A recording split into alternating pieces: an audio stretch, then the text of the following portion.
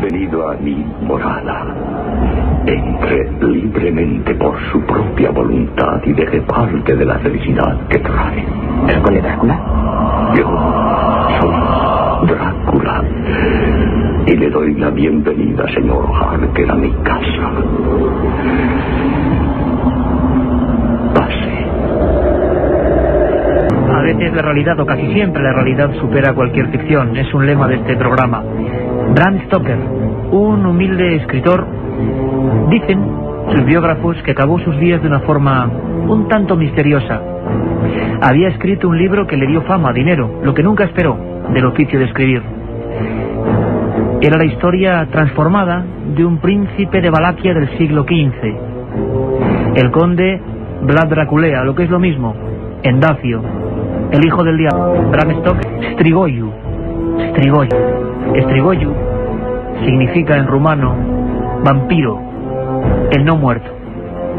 Al viejo y desdichado Bram Stoker, el mito, de realidad, quién sabe, había terminado por devorarle. Cuentan todavía hoy en la vieja Rumanía que en 1456 pasó el cometa Halley, el célebre cometa Halley. Decían las viejas crónicas que era tan largo como la mitad del cielo y con dos colas, una que señalaba al este y la otra al oeste, esta última de color dorado y con aspecto de llama ondulante. El fenómeno, como es lógico, fue tomado como mal presagio, como símbolo de peste, de invasiones, y nadie se equivocaba. En 1456 llegaba al trono Vlad II Draculea, el conde Drácula.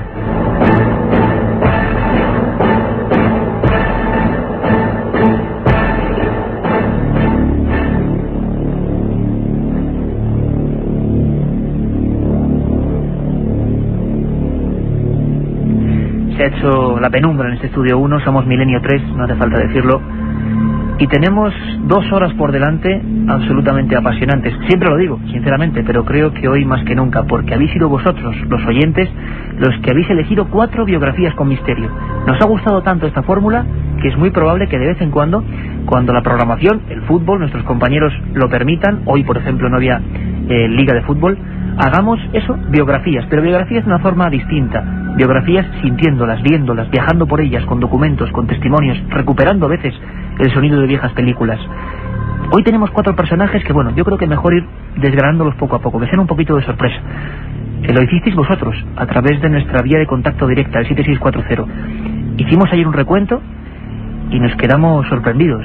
Los 4 que vienen hoy aquí al Estudio 1, los 4 que se reencarnan, entre comillas, en el Estudio 1, son bastante siniestros. Y aquí estamos, como siempre, este grupo de amigos dispuestos a vivir el misterio. Katia Rocha, Carlos Barroso, Carmen Porter. Buenas noches. Buenas noches, Iker. Iba a decir buenas madrugadas, pero no. No, ya estamos acostumbrados al horario de los viernes de 1:30 a 3 de la madrugada. Que es bueno repetirlo porque mucha gente todavía no sabe. Los domingos también nos vemos aquí, como siempre, a las 3 de la mañana. Pero bueno, esta noche nos ha tocado pues tarde noche, porque vamos a acabar a las 11. Justo a las 11 de la noche, cuando ya empieza el misterio, cuando empieza la hora bruja. Exactamente, Iker. 4 personajes, 4 historias que creo que son muy distintas, pero tienen un nexo común: lo enigmático, las sombras, las penumbras que envuelven esas biografías.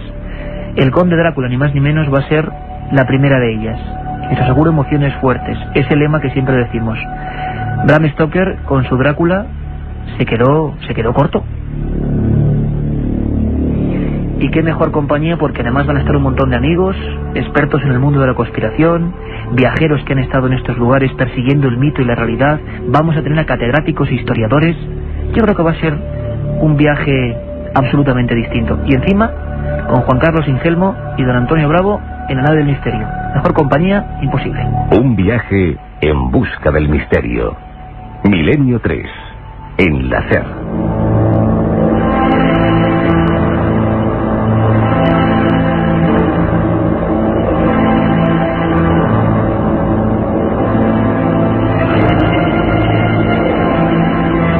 Vlad Draculea, hijo del diablo, nació en 1431 en Slavsburg, Valaquia. Era el segundo hijo de Vlad Dracul, del mismo nombre. El padre tenía un aspecto, podríamos decir, fascineroso. Unos bigotes siempre engominados hacia arriba, unos mantos de Marta Cibelina, piedras preciosas y una mirada tan agresiva como lo que luego fue su vida, su leyenda. Dicen de Draculea que fue uno de los pioneros en Europa del Este en extender la política del horror. Su padre y su hermano fueron asesinados por los húngaros. Hay una historia, como siempre, cuando uno es niño, que marca la vida de este personaje que hoy es mito, que es realidad, que es para muchos miedos y terrores todavía hoy, en esa vieja Rumanía. Su hermano mayor, concretamente en 1447, estamos hablando de una zona de Europa y de un momento de lucha constante entre el mundo cristiano y el imperio turco, su hermano mayor es muerto de una forma muy particular. Le clavan hierros candentes en los ojos y lo entierran vivo. Y Vlad Draculea, ya entonces con sentido, con cierta conciencia, jura vengarse casi, no de los turcos, sino de todo el género humano. Jura venganza y a fe que la cumplió.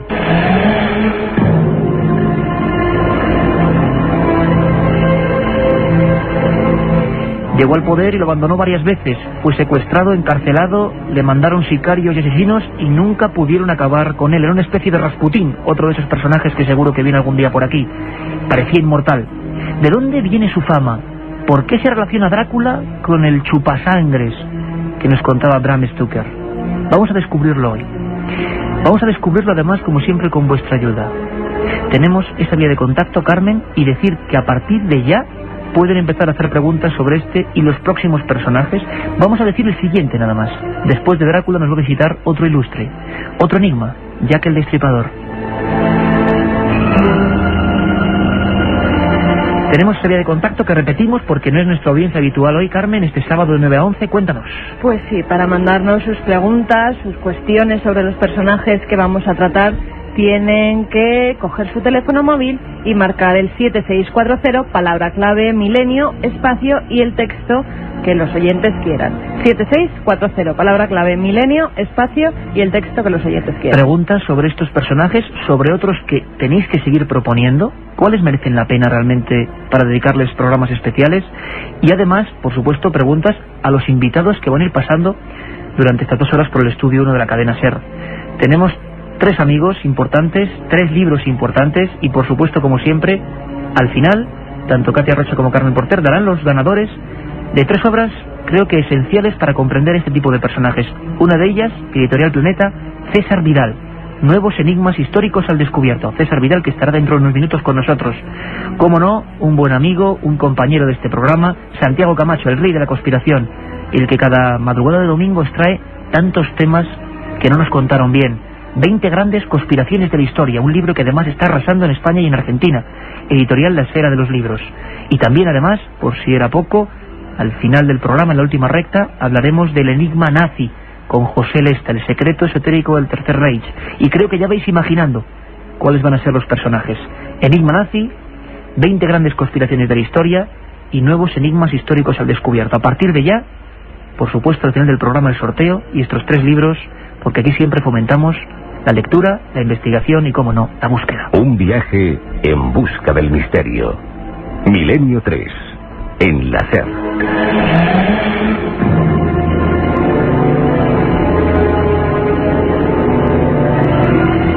Vlad Draculea, un hombre enemigo del género humano, aunque luego, como veremos, en Rumanía se le considera un auténtico héroe.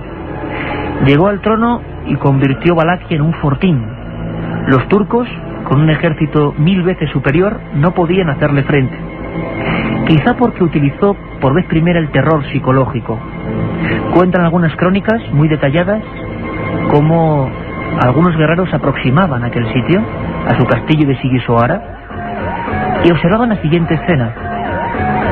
Empalados, hombres, mujeres y niños, atravesados por grandes estacas a diferentes alturas, muchos de ellos todavía agonizantes, y sobre todo algo que recogen las crónicas y que ninguno de aquellos historiadores pudo olvidar: un fúnebre olor de muerte.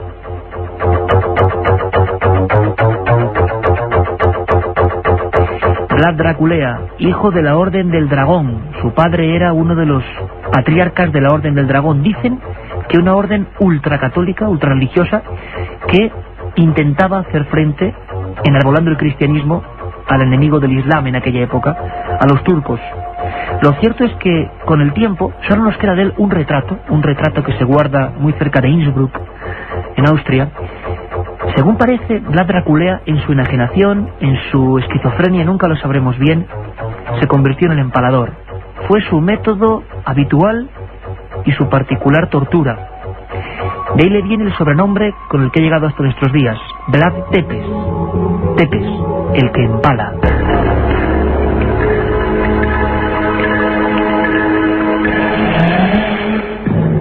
Fue uno de los primeros asesinos mediáticos de la historia. Y lo fue porque la imprenta, que nacía en aquella época, la imprenta de Nuremberg, emitía los primeros papeles, los primeros legajos, donde aparecía su efigie. Y estoy seguro que ahora mismo, si hacemos todos un esfuerzo, intentamos visualizar, vamos a ver ahora mismo, estemos donde estemos, una imagen. Es una imagen en blanco y negro. Es uno de los grabados más viejos de la historia a nivel de imprenta. Aparece un conde, ese lacio bigote hacia arriba. Está desayunando. Hay unos cuencos en su mesa y un invitado que se espanta de la escena. Alrededor de él, cientos de personas abiertas en canal, ensartados en estacas. De fondo, los Cárpatos, una imagen que le dio fama. Así empezó, digámoslo así, el horror mediático de Vlad Tepes. En apenas 2 o 3 años, haciendo estas acciones, nadie osaba meterse en sus territorios. Incluso pedía derechos de paso. Se convirtió, como decían en la época, en un auténtico demonio humano.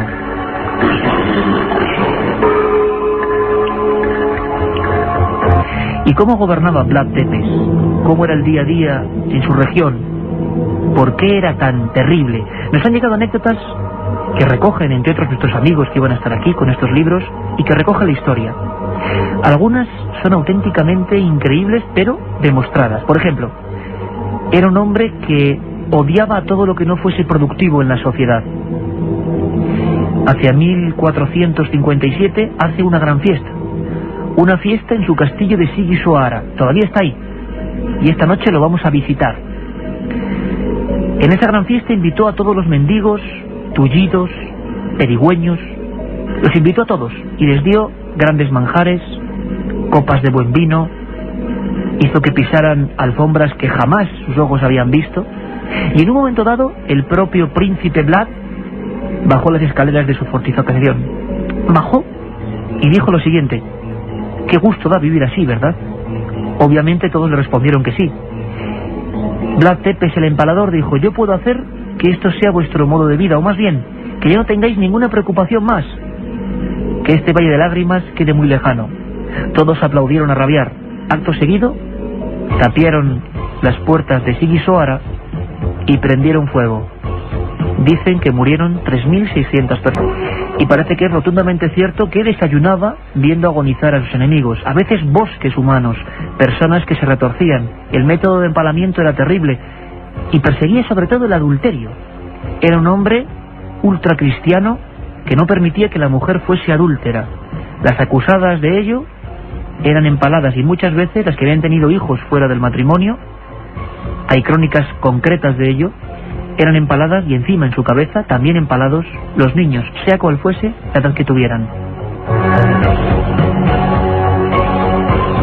Lógicamente sus enemigos estaban al acecho, y a veces dentro de su propio país, dentro de ese territorio valaco, hoy Rumanía, tenía deserciones. Por ejemplo, una etnia como los gitanos.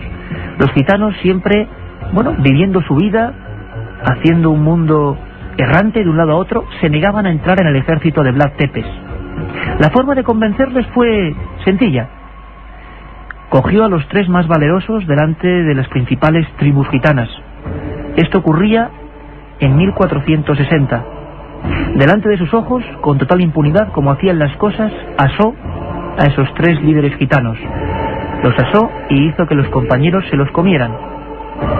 Acto seguido dijo que ese era el fin para todos los que no osaran ponerse la armadura de la Orden del Dragón, del ejército valaco.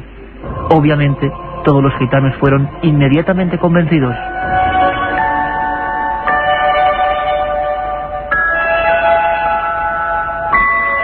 Su reinado del terror duró 7 largos años, y dicen los números y los datos y las cifras que 100.000 muertos después de aquella llegada del cometa Halley.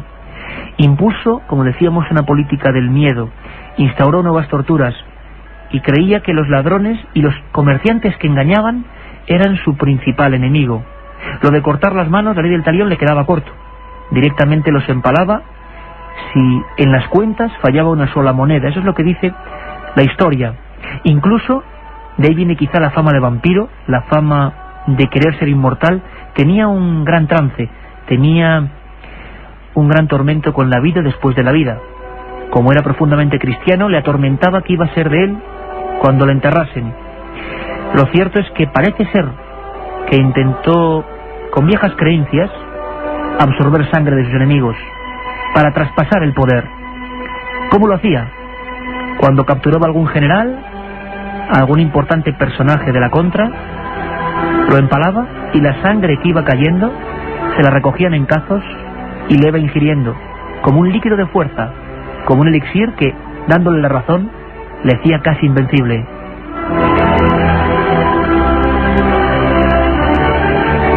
Política del terror, una clara muestra. Nadie robaba en Sigisoara, nadie robaba en Valaquia. Eliminó al 0% lo que eran los hechos vandálicos contra la propiedad. Lógico, si nos atenemos a los datos. En 1463 tuvo la osadía, imaginémoslo, atravesando las plazas viejas de esa región, con su capa de Marta Cibelina, como decíamos, con sus sombreros, de poner una copa de oro en mitad de la plaza. Esa copa se mantuvo 3 años.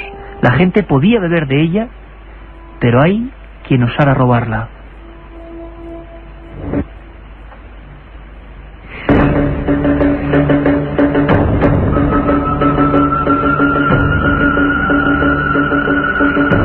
Había que tener mucho valor, evidentemente, para robar aquella reliquia. Nos hemos quedado con todo tipo de datos y hemos preguntado a amigos que han estado allí. Amigos como el escritor Fernando Martínez Laínez, autor de Tras los pasos de Drácula. Sus investigaciones iban encaminadas a descubrir por qué, por ejemplo, Ceausescu consideró héroe nacional a Drácula y por qué muchos rumanos, a pesar de ese talante cruento que nos dice la historia, consideran a Drácula un auténtico ídolo. Y muchos dicen, en tiempos de mafias, en tiempos de delincuencia, que vuelva Drácula. Ha habido una auténtica campaña a ese respecto. Fernando Martínez Laínez nos hacía incisión en una cosa muy importante. La gente lo toma como vampiro, como hombre que chupaba la sangre, no tenía colmillos. Ese fue el mito literario. Pero lo cierto y verdad es que Drácula era un cristiano enajenado probablemente, que intentaba combatir a favor de la cruz y en contra de la media luna. Fernando Martínez Laínez, paseando por esas calles de Rumanía, sintiendo todavía esas imágenes, ese lugar, la casa natal de Drácula, nos lo contaba así. Él era un príncipe cristiano, claramente era un hombre que apoyaba a la iglesia rumana, que era ortodoxa, y que es un hombre que favoreció mucho a los monasterios, favoreció mucho a los monjes, y él estaba convencido de que bueno, pues él actuaba en nombre de Dios, ¿no? Y había una esquizofrenia que era muy corriente por otra parte, ¿no? En la época, gente que realizaba tremendas matanzas y que estaba convencida de que Dios, pues eso lo aprobaba y estaba con él, ¿no? Una de las pruebas palpables de la devoción o del respeto que inspiraba a la Iglesia, o del entendimiento que tenía por la Iglesia, es que él fue enterrado en una iglesia que pertenecía a un monasterio que él mismo había protegido, ¿no? En esa tumba donde supuestamente él está enterrado, en la iglesia de Ragov, una iglesia pequeñita del monasterio que digo, quien está allí permanentemente cuidando la tumba de Drácula es una monja, una humilde monja que está allí como si cuidara la reliquia de un santo, ¿no?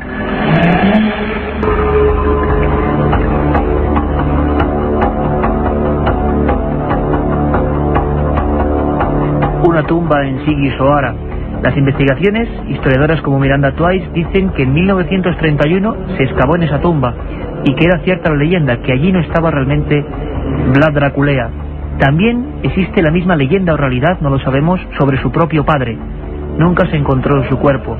Una traición de su propio ejército y una acción rápida de los turcos hizo que cortaran la cabeza a Drácula.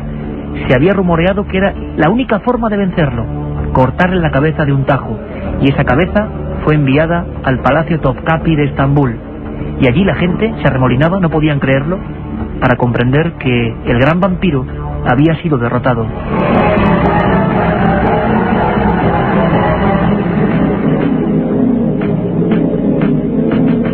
Sin embargo, ¿está Drácula enterrado ahí? ¿Lo estuvo su padre en otra fortificación? ¿O realmente el no hallazgo de ninguna prueba al respecto es lo que generó la leyenda del vampiro, en lo que se basó Bram Stoker para luego generar un hombre inmortal, un hombre tirano e inmortal? Lo cierto y verdad es que a día de hoy, ¿qué ha sido de él? ¿Cómo vive el pueblo rumano el mito? ¿Qué piensan los rumanos de hoy de ese héroe o villano, Vlad Draculea, el hijo del diablo, Vlad Tepes? Nos lo cuenta Fernando Martínez Lainez, y la verdad es que es muy curioso. ¿Qué piensa hoy el pueblo rumano? Lo que es curioso, claro, es que esta especie de pervivencia del mito todavía se palpa a escala popular, digamos, ¿no? Incluso, por ejemplo, a los niños de las escuelas pues se les lleva a visitar el castillo de la Torre de Drácula en Tigoviste y el castillo de Drácula en Sixoara, y entonces todo esto pues va creando va alimentando, digamos, la leyenda heroica entre los rumanos. Y sobre todo es curioso, claro, hay una especie de sensación popular de que Drácula era muy cruel, pero también era muy justiciero, y todo eso ha ido creando un pozo de recuerdos así colectivos que lo identifican con la justicia, o sea, y que a pesar de la crueldad, pues creen que esa crueldad, de cierto modo, pues les libró de otros males, ¿no? Esto además en un país como Rumanía, que sobre todo hace unos años, pues desde el punto de vista social era un país pues quebrado, ¿no? Con unos problemas de delincuencia tremendos y unas mafias prácticamente incontroladas y todo eso, pues hace que mucha gente suspirara por esa especie de personaje draculiano.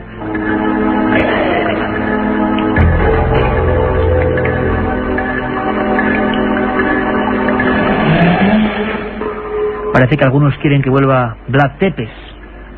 La verdad es que ese Estrigoyu, no muerto, o vampiro que gritaba Bram Stoker no es único. Él acabó devorado por el personaje, por el mito. Pero también los que le han interpretado en el cine, muchos de ellos, los más grandes, acabaron igual. El húngaro Bela Lugosi, al que todos tenemos en mente, acabó creyéndose el conde Drácula. Encargó un ataúd y encargaba a su propia criada que le llevase telarañas frescas. Completamente enajenado, quizá al igual que Vlad Tepes. Bram Stoker, Bela Lugosi y muchos más fueron eliminados por la propia sombra muy larga del vampiro. Un viaje en busca del misterio. Milenio 3, en la SER.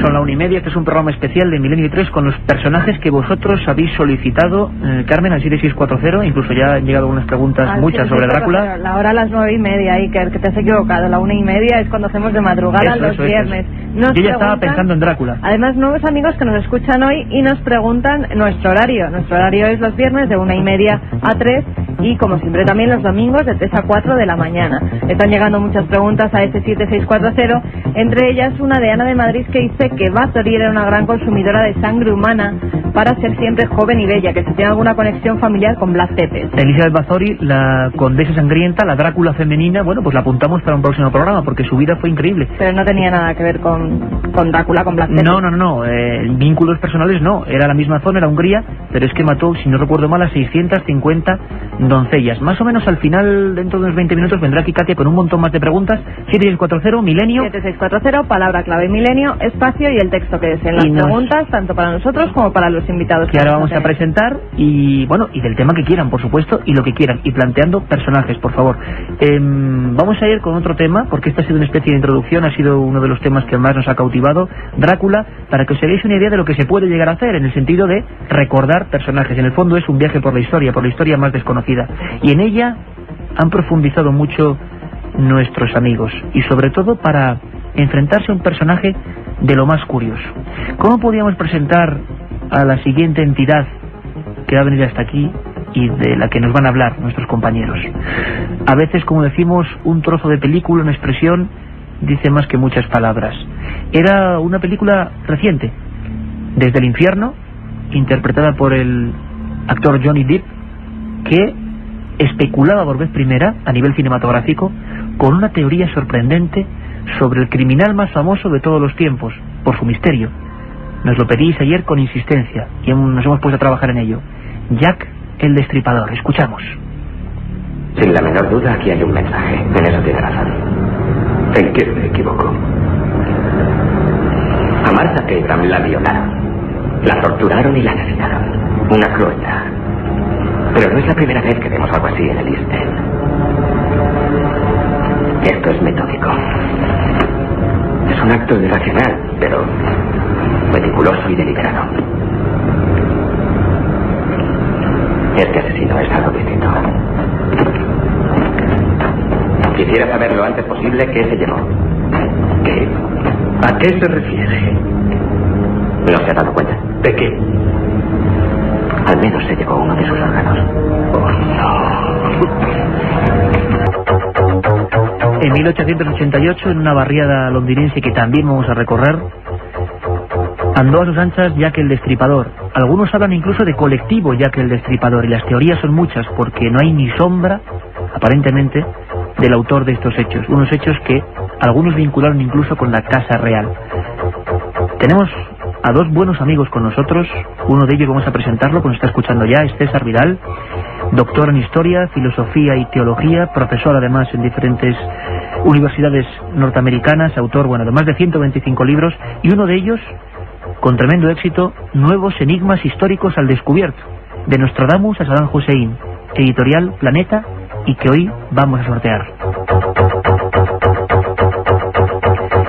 Don César Vidal, amigo, buenas noches. César Vidal, vamos a ver si lo tenemos ahí. Sí, yo le oigo perfectamente. Ah, César, buenas noches, ¿cómo estás? Yo estoy magníficamente y le oigo perfectamente. Perfecto, había un pequeño, claro, una noche como hoy, con Drácula y ahora pasando a Jack el Destripador, puede pasar cualquier cosa. Se puede esperar cualquier cosa. César, tú en tu libro abordas también, con una teoría sorprendente, la historia de Jack el Destripador. Se llegó a vincular con la Casa Real de alguna forma, esta figura que sigue todavía entre brumas, ¿no? Bueno, yo creo que es una cuestión zanjada, pero zanjada muy recientemente, porque hay que tener en cuenta que las distintas teorías sobre la identidad de Jack el Destripador no podían solventarse hasta que en los años 1992 y 1993, es decir, estamos hablando prácticamente de la última década. Finalmente, gracias a la ley de secretos oficiales, se pudieron desclasificar documentos que estaban en los archivos de Scotland Yard y que hacían referencia precisamente a Jack el Destripador. Es decir, hasta entonces había habido muchas teorías. Había quien decía que era un médico, eso sí, norteamericano y no británico. Sí, había como mucho interés, y luego además lo escucharemos en otro corte, por decir o hacer creer que no era un ciudadano británico este hombre, ¿no? Efectivamente, e incluso pues en algún momento se hablaba de que podía ser un psycho killer, es decir, un asesino con perversiones sexuales, etcétera, etcétera. Bueno, hoy en día lo que sí sabemos es, primero, que en primer lugar Jack el Destripador era un colectivo, es decir, no era solo un asesino, sino que de hecho era un grupo de 5 personas que actuaron asesinando a distintas mujeres relacionadas con la prostitución. Segundo, sabemos las causas de esos crímenes, que no eran causas relacionadas con la mentalidad típica de un psycho killer, sino efectivamente con un escándalo dentro de la familia real que se ha podido documentar. De hecho, el duque de Clarence, que era el segundo dentro de la línea de sucesión de la reina Victoria, era su nieto, Alberto Víctor, había contraído matrimonio con una católica que se llamaba Annie Elizabeth. Esto planteaba un problema a la Casa Real fundamentalmente porque, como todo el mundo sabe, el rey de Inglaterra al mismo tiempo es el cabeza de la Iglesia anglicana y por lo tanto no se puede casar con una persona que no sea de confesión protestante. Inicialmente, para acabar con este escándalo, la reina Victoria encomendó a Lord Salisbury, que era el primer ministro, que de alguna manera colocara fuera de circulación a esta pobre mujer que se llamaba Annie Elizabeth y que fue a parar a un manicomio. El duque de Clarence moriría en el 92 en extrañas circunstancias y la pobre Annie Elizabeth, pues de hecho, fue declarada loca y fue pasando de manicomio en manicomio hasta que falleció en 1920. Posiblemente todo hubiera quedado ahí y Jack el Destripador no hubiera hecho acto de presencia, de no ser porque había una niña que había nacido de esta unión, que había sido salvada por una amiga de Annie Elizabeth que se llamaba Mary Kelly. Si Mary Kelly hubiera guardado a la niña y hubiera guardado también silencio, no hubiera sucedido nada. Pero Mary Kelly se encontró en una mala situación de fortuna, tuvo que empezar a ejercer la prostitución para sobrevivir y en un momento determinado decidió chantajear a la familia real británica. Se decidió hacer uso de esa información privilegiada, ¿no? Exactamente, es decir, iba a sacar a la luz la información, y es que un miembro de la Casa Real, que era heredero directo de la reina Victoria, se había casado con una católica y además existía una niña. Cuando se produjo esa situación, de hecho, la misma reina Victoria estuvo a punto de padecer un ataque de histeria. Es decir, eso además se producía en un momento en que la institución monárquica se estaba cuestionando en Gran Bretaña. Y entonces, finalmente, en ese momento, Salisbury, que era un masón de alto rango, decide acudir a algunos de sus compañeros en la masonería, concretamente a William Gould, que era médico de la reina y que ya había practicado algunos abortos para ocultar escándalos dentro de la Casa Real, y a Robert Anderson, que era el segundo jefe de la Policía Metropolitana de Londres. Bien, estas personas empiezan a buscar con ánimo de exterminar precisamente a todos los que sabían, a todos los que estaban en el secreto de Mary Kelly. Y de hecho todas las mujeres que mueren son mujeres que conocían el secreto de Mary Kelly. Solo en una ocasión se produjo un error y asesinaron a una pobre muchacha que se llamaba Catherine Eldowes por equivocación, porque esta muchacha a la hora de prostituirse muchas veces utilizaba el nombre de Mary Kelly y pensaron que efectivamente era Mary Kelly y la mataron. Fue el único error. El resto, una coincidencia fatal, ¿no? Una coincidencia fatal, y el resto todos conocían efectivamente el secreto que se quería ocultar. Las muertes, de hecho, seguían un ritual que de alguna manera pues encarnaba lo que era el ritual masónico. Por ejemplo, siempre incluían un degollamiento que aparece en el juramento del aprendiz de la masonería y el destripamiento que se produce en la iniciación en el grado de maestro. Es decir, son unas amenazas que se producen en el curso de la iniciación en distintos grados de la masonería para aquel que revele secretos, con lo cual de alguna manera el mensaje quedaba evidente. Ahí había gente que estaba revelando secretos. Una vez muertas estas personas, Jack el Destripador desapareció, y desapareció sin dejar huella, entre otras cosas porque ya no tenía a quién más matar, es decir, el secreto había quedado absolutamente oculto. Esto finalmente acabó saliendo a la luz por dos razones. Una, porque efectivamente la hija del duque de Clarence, Annie Elizabeth, que consiguió escapar, se convirtió en la protegida de un pintor que se llamaba Sickert, que en un momento determinado la convertiría en su amante y después se casaría con ella. Y el hijo de este matrimonio, que conservaba documentación, acabaría exhumándola, sacándola a la luz a finales del siglo XX. Y la otra razón, que es la que apuntábamos al principio de la entrevista, es que entre 1992 y 1993 Scotland Yard efectivamente permitió acceder a parte de la documentación sobre Jack el Destripador que confirmaba la que había aportado el hijo de los Sickert. Pues yo creo que mejor explicado imposible. Ahí tenemos una muestra de la cualidad de nuestro amigo César Vidal. ¿Cómo llega este enigma hasta hoy? ¿Cómo se ha mantenido en brumas absolutas? Y cómo ahora mismo, gracias a esa, digamos, introspección en algunos archivos, se han atado cabos. Y fijaros qué cosa más sorprendente. Estoy seguro que muchos ni siquiera lo imaginabais. Podríamos empezar a hablar de colectivo Jack el Destripador. Y no solo Jack el Destripador, como persona.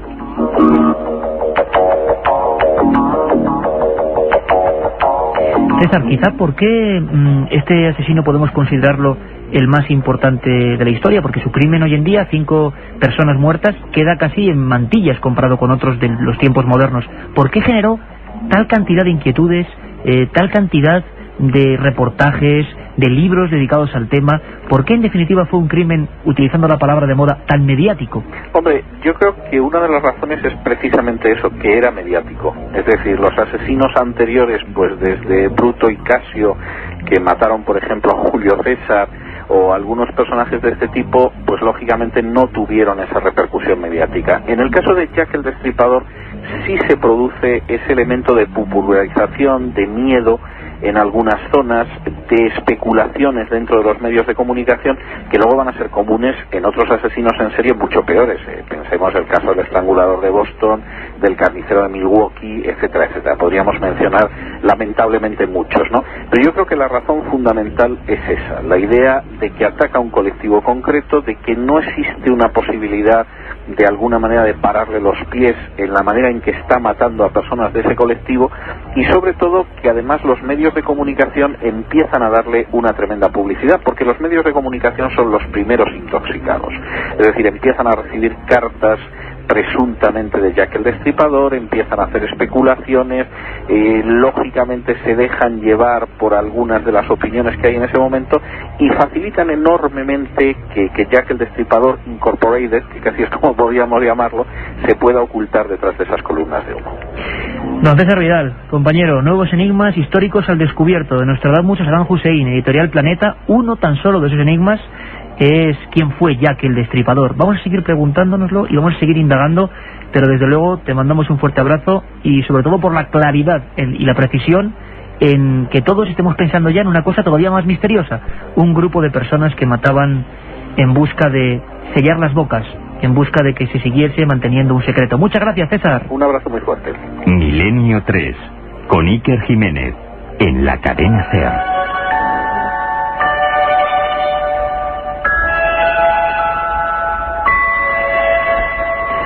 Esta noche nos vamos a enterar de muchas cosas, ya que el Destripador quizá no sea un nombre propio, un colectivo, y un colectivo que tenía que ver con la Casa Real. Todavía indagando más en esa historia, como siempre hace él. Sabéis que Santiago Camacho no le gusta dejar una historia media, se mete a fondo, pone nombres, pone apellidos y nos genera un mapa todavía si cabe más inquietante. Santi, buenas noches. ¿Qué tal? Muy buenas noches. Autor, por supuesto, de ese libro, 20 grandes conspiraciones de la historia, de la esfera, que por cierto, un pajarito me ha dicho que en Argentina, aquí fenomenal, pero es que en Argentina, tremendo, ¿no? La repercusión de ese libro. Ha sido sorprendente, ahora mismo lleva un par de meses sin caerse de la lista de los 10 más vendidos y bueno, que sigue así mucho tiempo. Y nos alegramos mucho, de verdad. Sí, sobre todo además por que es un país al que le tengo especial cariño por muchas cosas. Y de verdad me ha sorprendido el que haya sido tan magníficamente acogido. Tú dices, Santi, incluso mojándote a tope, das la biografía, das el perfil de un personaje misterioso que se llama el Dr. Bull, que nos anticipaba algo César Vidal, el médico de la reina que quería esconder un secreto. Sí, realmente quiero decir que la exposición que ha hecho César Vidal ha sido magnífica y nos ha dado un panorama absolutamente claro de lo que sucede y de en qué terreno nos estamos moviendo. Efectivamente, cuando Lord Salisbury recibe ese encargo por parte de la reina de, bueno, esto hay que atajarlo de alguna manera, él, como gran maestre de la masonería inglesa que era en aquel momento, decide colocar el encargo en manos de alguien de su plena confianza, de una persona que no solamente ya había solucionado para la Casa Real pues algunos asuntillos como abortos poco convenientes, etcétera, etcétera. El hombre de confianza, ¿no? Para estos temas. Sino que también había demostrado su lealtad a la masonería, pues declarando como perito, por ejemplo, en algún juicio a favor de personas vinculadas a la masonería. Hay un juicio, es el juicio de Charles Bravo, que es un hombre que es asesinado, es envenenado por su mujer. Esta mujer es hija de un conocido personaje de la masonería, y el doctor Wool falsea su testimonio como perito, dice que este hombre ha muerto por causas naturales, y de esta manera pues consigue salvar a esta señora, simplemente pues por su juramento de lealtad a la orden masónica. Con lo cual es un hombre que ha demostrado claramente su lealtad tanto a la corona como a la masonería, lo que le hace perfecto para cumplir este encargo. Y además, según iremos descubriendo, esos crímenes fueron muy concretos, causaron un espanto sin precedentes, y parecía que no estaban hechos por un asesino común, sino que había cortes médicos, había desgarramientos y amputaciones realmente sorprendentes. Antes de saber cómo fueron los crímenes concretos, podemos viajar con la imaginación, viajar con la radio hasta ese barrio, hasta Whitechapel, el lugar que las novelas, incluso las películas, nos han brindado, y las fotografías, como un lugar mísero, donde las prostitutas hacían su trabajo y su faena en plena calle, donde los borrachos se caían por los suelos, apenas había iluminación, y en esos callejones, envuelto de humos, de factorías, una siniestra congregación, un hombre. Parece ser, según se dice, siempre se veía un coche, un carruaje de caballos negro, aparecía y mataba a prostitutas muy concretas. ¿Qué tenían en común? Seguramente ese secreto. Le hemos pedido a nuestra compañera en Londres, Begoña Arce, que se pasee un poco por Whitechapel y nos comente tanto las últimas teorías como cómo es hoy ese barrio donde deambuló el asesino más célebre y más mediático de los últimos siglos. Jack el Destripador es hoy una atracción turística más de la capital británica. Un paseo organizado con guía por el barrio de Whitechapel permite recorrer los lugares donde el misterioso asesino degolló y descuartizó a sus víctimas en 1888. La zona es muy popular, muy animada y bastante más próspera que en la era victoriana. La mayoría de sus vecinos son inmigrantes procedentes de Asia y muchos de ellos no están al tanto de la leyenda del famoso asesino en serie. El caso conmocionó a los británicos de la época, pero el récord de Jack, el asesinato de 5 prostitutas, no resulta hoy especialmente impresionante. El hecho de que nunca se capturara al asesino, que nunca se conociera su identidad, ha contribuido a mantener la leyenda. En la lista de sospechosos hay, entre otros muchos, un miembro de la familia real británica, el médico de la reina Victoria, un abogado, un empresario de Liverpool y un pintor. En su último libro, la escritora Patricia Cornwell, especialista en novelas de misterio, después de hacer comparaciones de ADN, afirmó que el asesino de Whitechapel fue el pintor Walter Richard Sickert. El artista conoció muy de cerca el caso y plasmó con sus pinceles los macabros descuartizamientos del destripador. La otra realidad. Milenio 3, en la cadena SER.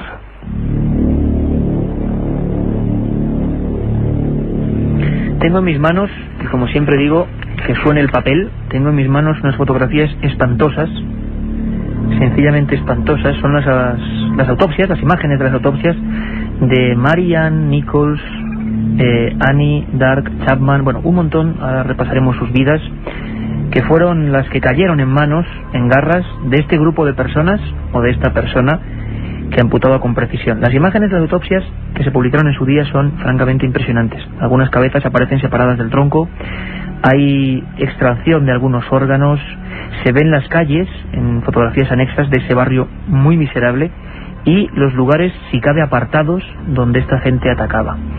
No sabemos si es más horrible el propio crimen o los trabajos de los forenses, bastante desaliñados de la época, porque las costuras y desde luego los arreglos de lo que era la autopsia le dan estas imágenes que tengo ahora delante de mis ojos aquí en el estudio 1, pues una pátina casi fantasmal, ¿no? Carmen, 5 personas, 5 prostitutas, 5 mujeres que guardaban un secreto, al parecer, que Santiago va a seguir ahora indagándonos en ello. ¿Quiénes eran? ¿Cómo encontraron la muerte? Hay una primera víctima, Iker, que luego pues se dijo que a lo mejor no tenía nada que ver con Jack el Destripador y había sido simplemente una casualidad que se encontrara la primera. Era Martha Turner, una prostituta alcohólica que ofreció sus servicios en el barrio de Whitechapel. Su cuerpo fue hallado la mañana del 8 de agosto de 1888. Había sido degollada y luego destripada. También se le cortaron los órganos sexuales con un afilado cuchillo. Unos días más tarde, el 31 de agosto, aparece el cuerpo de Mary Ann Nichols, de 42 años, más conocida como Polly entre sus clientes. La policía la encuentra con la tráquea, el esófago y la médula espinal cortados. Un informe forense indicaba que las heridas que presentaba la víctima habían sido hechas por una persona experta, tal vez alguien con conocimientos médicos.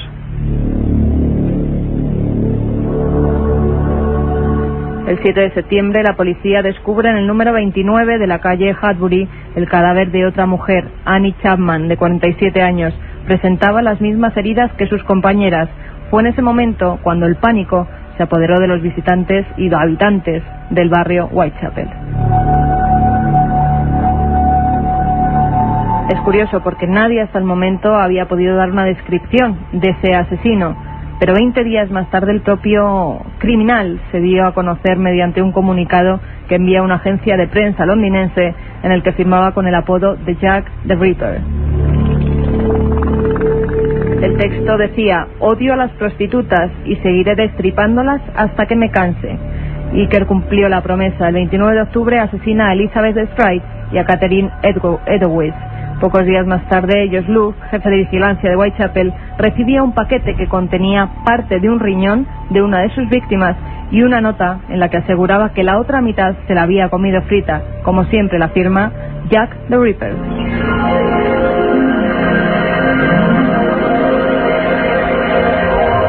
El último asesinato lo cometió el 10 de noviembre en el número 13 de la calle Miller's Court. Se trataba de una prostituta de 25 años, Mary Jane Kelly.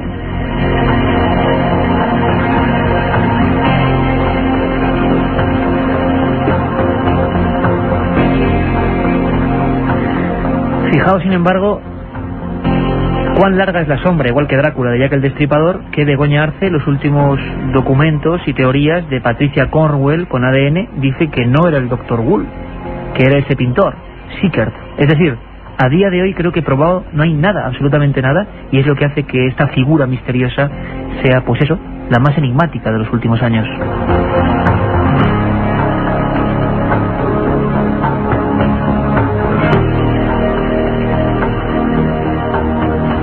Y es que es increíble la cantidad de misterios que quedaron en el cuerpo de estas 5 mujeres. El doctor Gould, parece ser que había cortes perfectos. Hay otra película que describe perfectamente esa situación, cuando los forenses, los policías, se dan cuenta de que no son muertes normales, que hay alguien tremendamente experto. Según muchos de los investigadores, según Santiago Camacho o César Vidal, que el terrible William Gould está metido ahí. Escuchamos. Si algo sabemos con certeza, es que no lo hizo un inglés. Tal vez es un indio, un piel roja. Llegó hasta Whitechapel y se abandonó a sus inclinaciones naturales.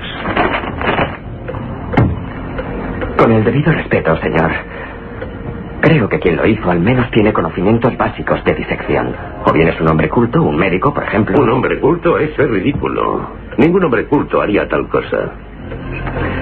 Seguro que fue un tendero o un carnicero. Milenio 3, con Iker Jiménez, en la cadena SER.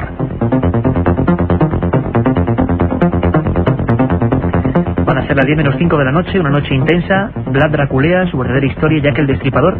¿Quiénes serán los siguientes invitados hoy casi en este estudio letal, ¿no? Porque están llegando unos personajes que vosotros habéis elegido y que podéis seguir eligiendo y por supuesto preguntando, por ejemplo ahora a Santiago Camacho sobre la historia de Jack el Destripador y muchas más que van a llegar a partir de ahora. 3 libros, ya lo sabéis, que daremos los ganadores a final del programa. El 7640, palabra milenio, espacio. Katia, te veo con cara de susto como es habitual. Pues sí, muchas madrugadas. Dices los invitados, mejor que no se pasen por el estudio. Bueno, por ejemplo, hablando de las teorías de Patricia Cornwell, nos preguntan que qué opinamos de las teorías de que Jack el Destripador es el impresionista Walter Sickert. Bueno. Santi. Pues uniéndome a lo que decía César Vidal, este hombre era un pintor que tiene cierta relación. Sí, tiene mucha relación con esta historia. De hecho, es el que hace de Cicerone al príncipe Albert Víctor por los barrios más bajos de Londres, el que le presenta a esta chica católica con la que acaba casándose, es testigo de esta boda secreta y es el que acaba casándose con la hija del fruto de este matrimonio. A la madre, para la gente igual no sabe, la madre la vuelven loca prácticamente y la encierran en psiquiátricos, ¿no? Y desaparece de esta forma toda la familia. Se le practica una lobotomía para asegurar de una manera brutal su silencio para siempre. Y bueno, pues lógicamente sí que tiene muchísima relación.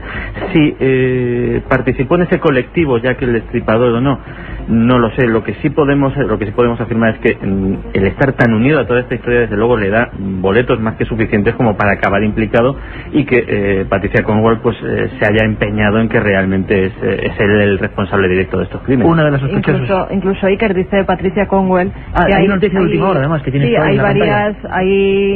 varias pinturas de Sickert en las que se muestra y se puede comparar con las autopsias perfectamente la muestra de cómo murieron degolladas, la agonía de sus caras, y hay varias pinturas que según Patricia, según su teoría, demuestran que él fue el asesino de verdad y que por eso luego más tarde las pintó. Interesante. Bueno, Rubén y Beatriz de Córdoba nos preguntan que qué relación puede tener Drácula con el ataúd maldito que atravesó España dejando un rastro de muerte. Bueno, es una historia preciosa, muy interesante, Katia, que dará por supuesto para otro programa. Es una historia increíble, que además Santi seguro que también conoce muy bien, de un ataúd que, si no recuerdo mal, entró por Cartagena y acabó en Santillana del Mar, y que a su paso, es una historia de los años 20 en España increíble. Tendremos aquí a Sebastián Darbó, que es el que la siguió paso a paso, y a Miguel Aracil. Y es increíble, porque en diferentes estaciones, en diferentes casas de hospedaje, ese ataúd iba casi sin rumbo, con una dirección, con otra, y acabó creando sobre todo peste. Y es que a los vampiros, y sobre todo la novela de Bram Stoker, Drácula, películas como Nosferatu, han hecho creer que el vampiro no solo chupa la sangre, sino que, por ejemplo, domina algunos animales como las ratas, y podía crear pestes a voluntad, ¿no? Va un poco en esa historia. Hablaremos del ataúd maldito, y la gente me sigue dejando alucinado, pues el nivel que tiene, ¿no?, de conocimiento. Es impresionante. Por ejemplo, otros se adelantan. En nazismo, me gustaría saber cómo pudo un país dejarse engañar por un loco. Sabe Dios los secretos que ahí hay. ¿Será cierto que se suicidó? Pues yo creo que están ya adelantando. Como hemos dicho que vamos a hablar con José Leste y con el enigma nazi, yo creo que mucha gente está pensando que el esoterismo nazi, que, por ejemplo, bueno, ya desde luego vamos a desvelarlo, 7640, otro de los personajes en la siguiente hora va a ser Hitler. Y fijaos qué preguntas. ¿Persiguió Hitler el Santo Grial? ¿Hizo, por ejemplo, varias expediciones a Canarias, a otros puntos, en busca de esa reliquia o del Arca de la Alianza?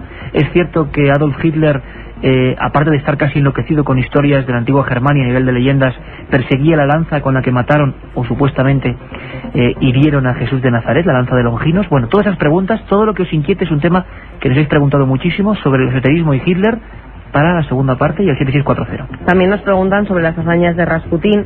Hay otros oyentes, por ejemplo como Arucas, que nos ofrece hasta su casa de Las Palmas por si queremos ir allí a investigar. En fin, que los oyentes pues se muestran muy cariñosos y muy agradecidos con nosotros, y pues de verdad que lo agradecemos. Tienen que mandar sus mensajes. Sí, un oyente también nos pedía la fecha de la muerte de Vlad Tepes, la verdadera fecha, cierto. Y es 1477. Se cree que en esa fecha es cuando murió. Se cree, porque si uno va a los documentos históricos, Carmen, como siempre, como nos ha pasado ahora mismo, parece ser que está claro que es el Dr. Gould, parece que está claro que es un colectivo, y de repente aparece un pintor. Es decir, nada está claro, y tenemos la máxima esa socrática de que, vamos, no sabemos casi nada. Lo cierto y verdad es que Drácula se le amputó, dicen, la cabeza, pero las investigaciones también afirman que dentro de lo que era el nicho, que dentro de lo que era la tumba, no hay absolutamente nada, igual que ocurrió con su padre. Bueno, Drácula, seguimos con Jack el Destripador, Hitler y muchas más cosas. Hay muchos oyentes desde los mensajes que nos preguntan cómo se pueden conseguir los programas y escucharlos, porque se lo han perdido ayer o cualquier otro día.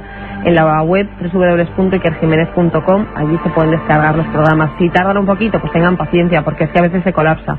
Pero en ikerjimenez.com, con permiso de la cadena SER, por supuesto, para tener esos programas. Nos queda, yo creo, que una hora intensa. Va a haber otro personaje sorpresa, otro que casi es el líder, el que más habéis preguntado, y es curioso ver cómo a través de ese medio, de 7640, palabra, milenio y espacio, vosotros configuráis el programa. Biografías con misterio. Queremos hacer muchas más, y hacer posible de personajes no tan siniestros. En vuestras manos y en vuestros mensajes queda. Volvemos, os dejamos con los servicios informativos de la cadena SER, y estamos en apenas 5 minutos.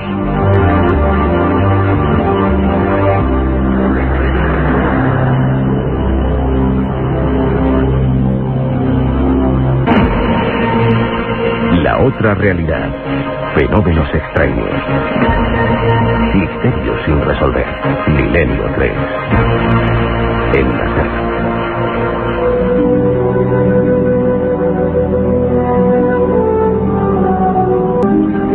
Katia Rocha, Carlos Barroso, Carmen Porter, vuestro amigo Iker Jiménez, y por supuesto Juan Carlos Ingelmo y Antonio Bravo en la nave del misterio. Parece que cada uno a su forma nos lo ha contado excelentemente. Se ponen de acuerdo en torno a quién está detrás de la máscara del asesino en serie, ese término tristemente tan célebre ahora mismo, más importante de la historia.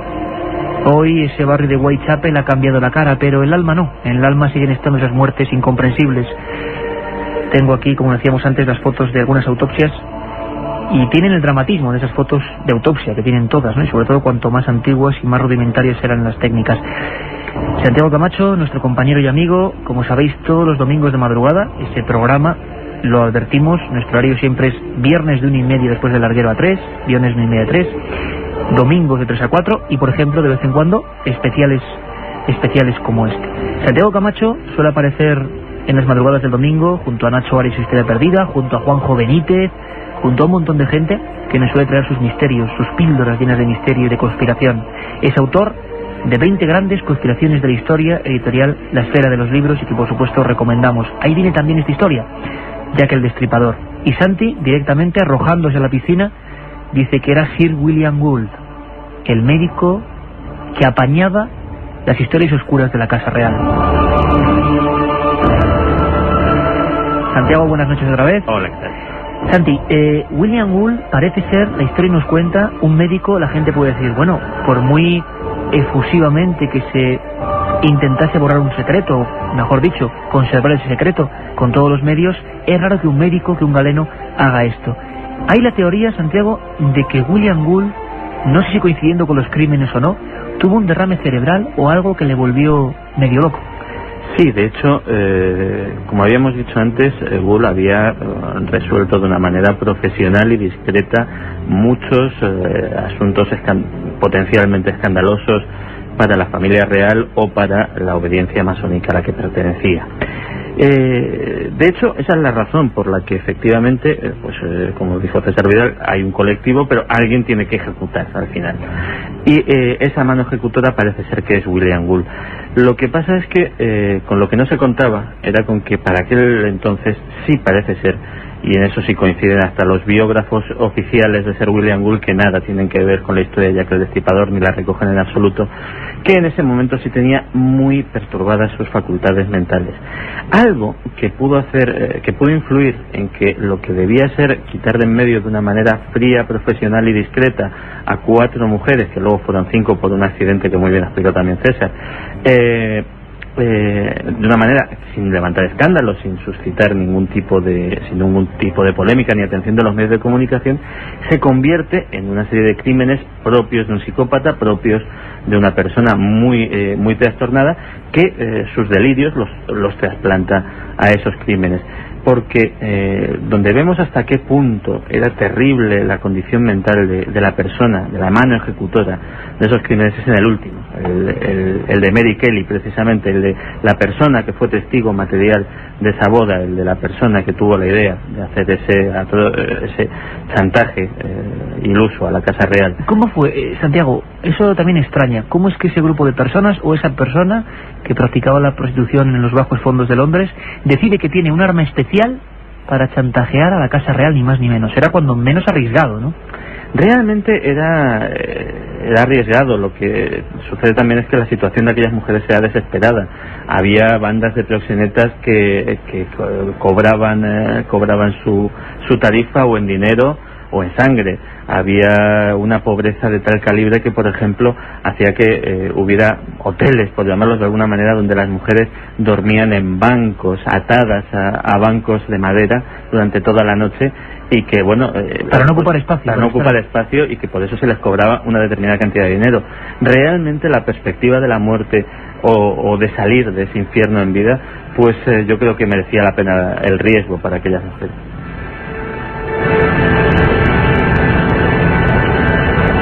Y hablamos luego, Santiago, del secreto. La gente nos están preguntando ahora mismo, nuestros amigos de 7640, por qué tanto tiempo de secreto. ¿Cómo es posible que, si ahora parece tan evidente, un grupo de personas o una persona, aunque no nos ponemos de acuerdo, la masonería de fondo, simbología de aquellos que tienen un secreto y que han sido chivatos de alguna forma y hay que ajusticiarlos, cómo es posible que durante más de un siglo, nos decía César Vidal que se abrían los archivos en el año 92, los hechos ocurrieron en 1888, el 888, más de 100 años? ¿Por qué? ¿Por qué tanto secreto? Pues el Acta de Secretos Oficiales británica, que es una ley muy curiosa, una herencia de la época victoriana, establece que las leyes, que los secretos oficiales tienen 3 categorías. Los hay de 30 años, es decir, que a los 30 años se pueden desclasificar automáticamente, de 50 años y la máxima categoría, que es de 100, a los que tiene que pasar un siglo para asegurarse que ya todo el mundo implicado ha fallecido para que esto salga a la luz. Pues bien, todas las investigaciones de Scotland Yard recibieron ese carácter de máxima clasificación de 100 años de secreto, y por eso fue precisamente cuando en los años 80 por fin se pudo saber algo más y se pudo conocer de primera mano pues el contenido de aquellas investigaciones policiales, en las que tampoco se puso mucho esmero por localizar al presunto culpable.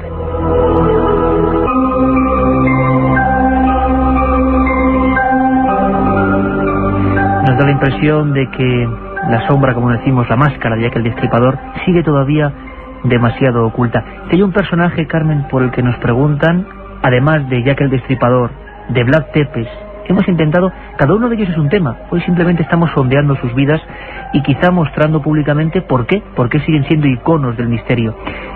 Por supuesto, Adolf Hitler y su locura con el esoterismo, pero hay otro personaje que puede ser el número 1 a nivel de votaciones. Ayer, durante toda la noche, la gente enviaba mensajes. ¿Quién es ese personaje, Carmen? Pues se trata nada más y nada menos que de Michel de Notre Dame, más conocido como Nostradamus, un hombre que nació un 14 de diciembre de 1503 en una casa burguesa. Sus padres eran burgueses en Saint-Rémy de la Provence.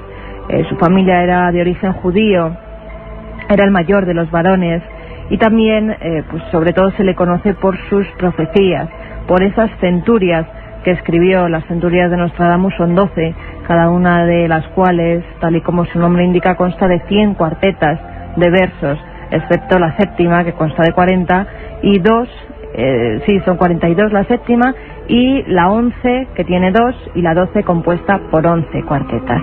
Pues en esas cuartetas, en esas centurias, Nostradamus habla de muchísimas cosas que estaban por venir. Incluso, ayer hablábamos de papas, incluso se dice que un papa que estaba por llegar, pues Nostradamus ya le dijo, tú serás papa. Él no se lo creía y en un principio, y luego resultó que fue así. También, pues antes nos comentaban a través de los SMS si había dicho algo sobre cometas, sobre eclipses, y es cierto, Nostradamus también en una de esas cuartetas pues hizo referencia a eclipses y a rocas que caían del cielo.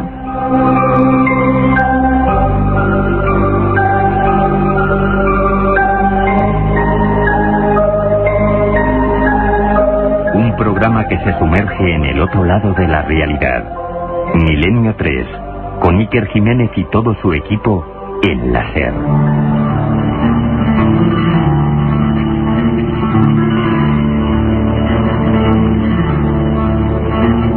Y es que ¿quién no ha oído hablar de él? Una capa y un birrete con 4 puntas. Muchos dicen o piensan o aseguran incluso que era mostrando las dotes de astrólogo.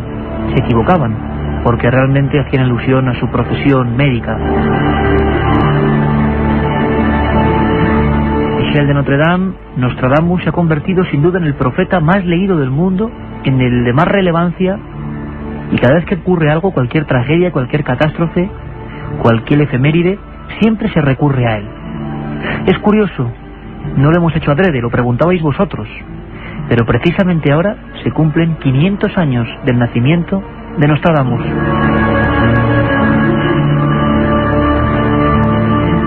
Y es que el fenómeno profecía, el fenómeno adelantarse al futuro, los extraños augurios del cielo, las marcas siempre o casi siempre de lo negativo que aparecen de vez en cuando, son asociadas con Nostradamus desde ese lejano siglo XVI. Muchas películas, muchas historias han revelado el interés de los hombres por las profecías. Una de ellas llevaba incluso ese nombre, la profecía. Este recorte es de la revista Astrológica. Habla de un extraño fenómeno. Cometa se transforma en una estrella brillante como la de Belén hace 2000 años. Solo que esta fue en otra parte del mundo, el continente europeo, hace 5 años. El 6 de junio, para ser exactos. ¿Esa fecha le dice algo? Sí. Entonces esto le dirá más. Comunica un nacimiento de un periódico de Roma. También del 6 de junio, de hace 5 años, el día que nació su hijo. 6º mes, 6º día.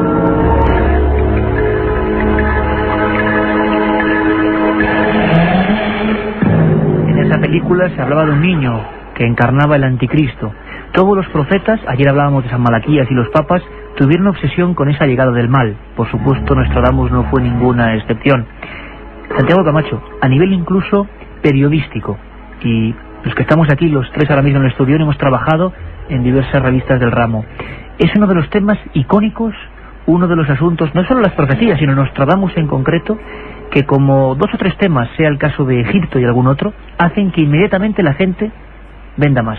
Yo creo que sería Egipto, Jesús de Nazaret y Nostradamus y las profecías, hacen que inmediatamente la gente se vuelque. Un ejemplo, y ahora hablaremos de ello, Carmen, si te parece, preparando la documentación, septiembre del 2001, evidentemente, hay una imagen que a mí no se me olvidará jamás. Aquí enfrente, en la Casa del Libro de Gran Vía, el día siguiente, la balda de Nostradamus no tenía libros. Todas las demás repletas, como siempre en esa librería. En Nostradamus todo se había agotado. Santiago, ese mito es real a nivel incluso comercial, a nivel de interés de la gente, casi iconográfico, existe esa figura del hombre con barba, con bigote, con el birrete con las 4 puntas. ¿Qué tiene Nostradamus que no tienen otros personajes, otros profetas, por ejemplo? Yo creo que es la tremenda extensión que se ha dado a sus centurias, a sus profecías. Lo que es cierto es que se ha convertido, como muy bien has dicho, en una especie de faro que cada vez que sucede algún hecho notable en el mundo, desde el 11S hasta la guerra de Irak, siempre los exégetas de Nostradamus buscan en esas centurias a ver si encuentran algo, a ver si algo va a suceder. Y lo que sí te puedo decir en primicia es que posiblemente sea un tema de moda dentro de muy poco, porque parece ser que ha habido un descubrimiento bibliográfico de gran importancia, según el cual los libros que hemos estado manejando hasta la fecha de Nostradamus serían evidentemente copias de una fuente no del todo pura, y ha aparecido un manuscrito, mejor dicho, una impresión, pero mucho más antigua que la primera impresión que se conservaba hasta ahora, y que tiene sensibles diferencias con las que hasta ahora habíamos usado. O sea que a lo mejor el tema Nostradamus da muchas sorpresas. Eso ha hecho que el silencio yo creo que llega hasta las casas, y hasta seguro casas donde hay libros de Nostradamus, ¿no? Von Grün, tanta gente que se hizo célebre y millonaria, también hay que decirlo, publicando las cuartetas de Nostradamus.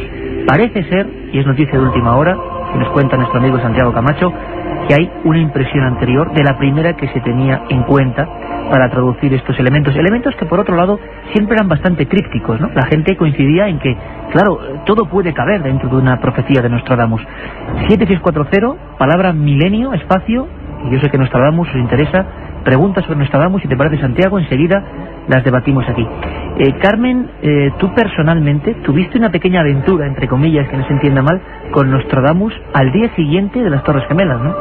Pues sí, que la verdad es que sí, porque yo creo que todo el mundo en esos días estaba pegado a los medios de comunicación y, cómo no, a Internet. Desde allí nos llegaban las noticias más frescas desde Nueva York sobre lo que estaba ocurriendo. Y había varias profecías que empezaron a circular por la red.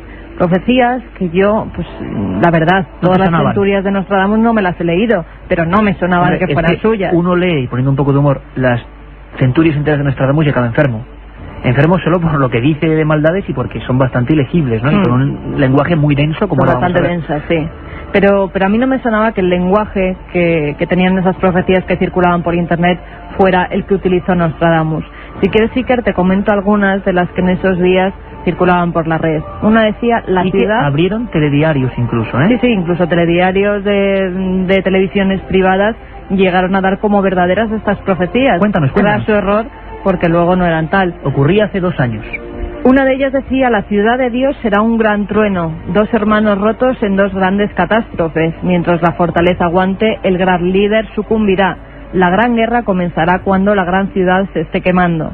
Gran ciudad, 2 hermanos rotos, que pues hacía referencia a las Torres Gemelas. La gente dijo, más claro, agua.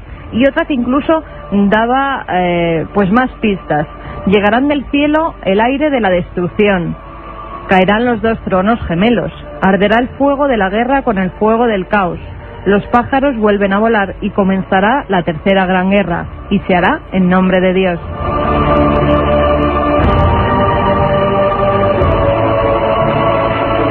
Y parece ser, Carmen, que yo recuerdo perfectamente que estabas enfebrecida al ordenador buscando y comparando con los primeros libros de Nostradamus, que vamos a ver, ahora a ver si estaban equivocados, Santiago.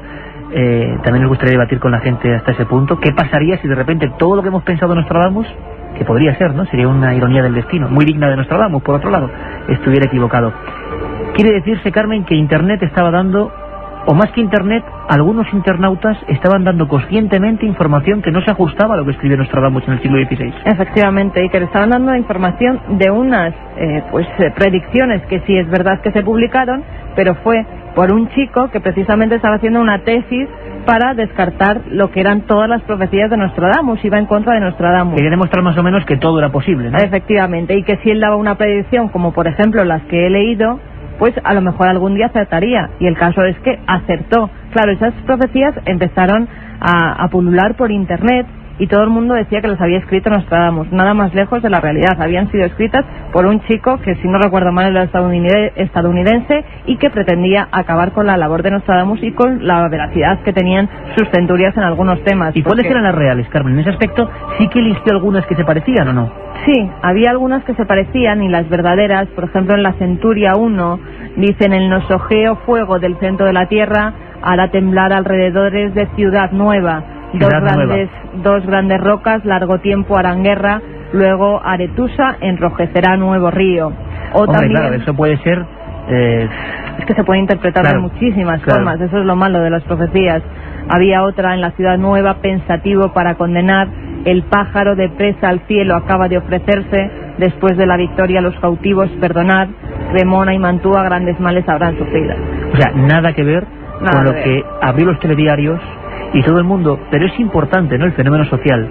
Ocurre la mayor catástrofe, desde luego, del siglo XX-XXI, y si no me equivoco, y nos lo va a contar Santiago, la palabra que supera incluso al concepto más buscado, conceptos como Dios, como sexo, en Internet, en todo el mundo, es Nostradamus.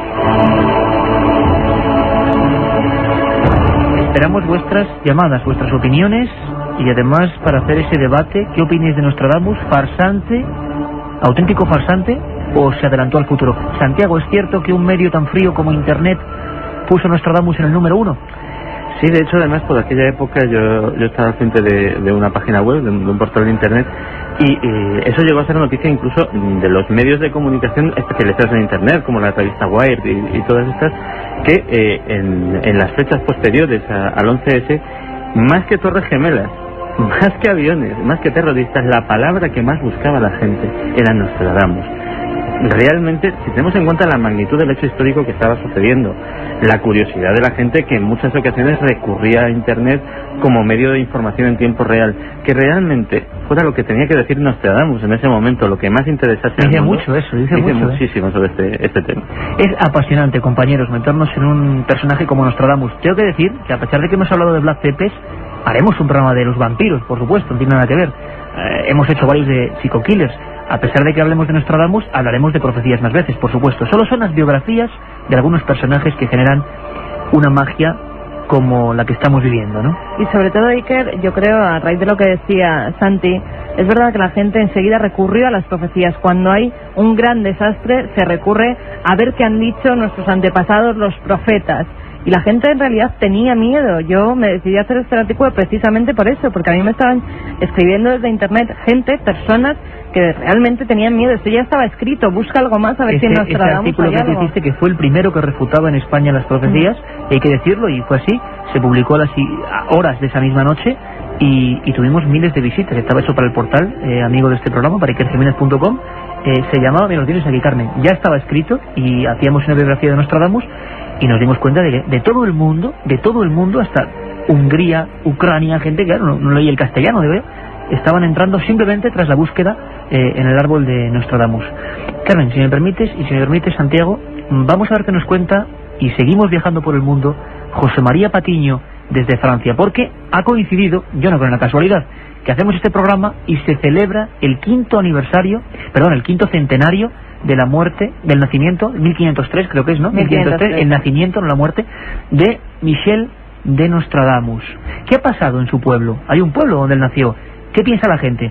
¿Sigue siendo número 1 en ventas Nostradamus? ¿Qué va a ocurrir? Nos lo cuenta José María Patiño. El quinto centenario del nacimiento de Michel de Notre Dame no está teniendo tanta repercusión en los medios de comunicación franceses como los aniversarios de las muertes de cantantes populares como Jacques Brel o Edith Piaf. No obstante, el enigmático profeta tiene sus seguidores aquí en Francia. Sus profecías figuran entre los libros más vendidos, así como su biografía novelada en 1997, Pont-Charles de Fontbrun, en el que el médico renacentista relata a su hijo César los principales avatares de su vida y algunas de las principales profecías que culminan en 2025, año en el que comienza una era de paz universal. Tras el boom provocado por el cambio de milenio, un nuevo libro, Profecías de Nostradamus, del escritor provenzal Jean-Paul Kleber, sale a la venta en Francia el próximo lunes.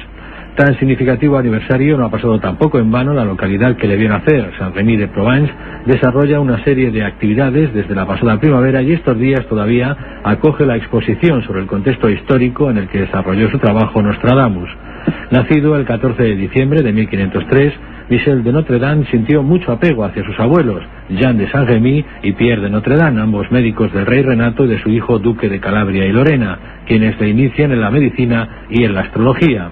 Amargado por la pérdida de su familia durante la peste bubónica que asoló Francia, se vuelca en las profecías que le supondrían el respeto de la aristocracia de la época y que compiló en un libro de 10 volúmenes que en 100 cuartetas desarrollaban 1000 profecías, algunas de ellas bien conocidas como la Revolución Francesa, la llegada de Napoleón, la Segunda Guerra Mundial o la muerte de Kennedy. Utilizado en exceso por charlatanes y videntes, su persona y sus profecías fueron objeto de debate en la Biblioteca Nacional François Mitterrand esta pasada primavera por diversos profesores de las universidades de París. Emmanuel Puil, de la Escuela de Ciencias y Técnicas, aseguraba que el lenguaje ambiguo de las profecías que manejaba Nostradamus ha posibilitado su posterior manipulación y por eso sugiere aprovechar toda la sabiduría que sobre el Renacimiento guardan sus cuartetas. Milenio 3. Periodismo de lo desconocido. En la SER.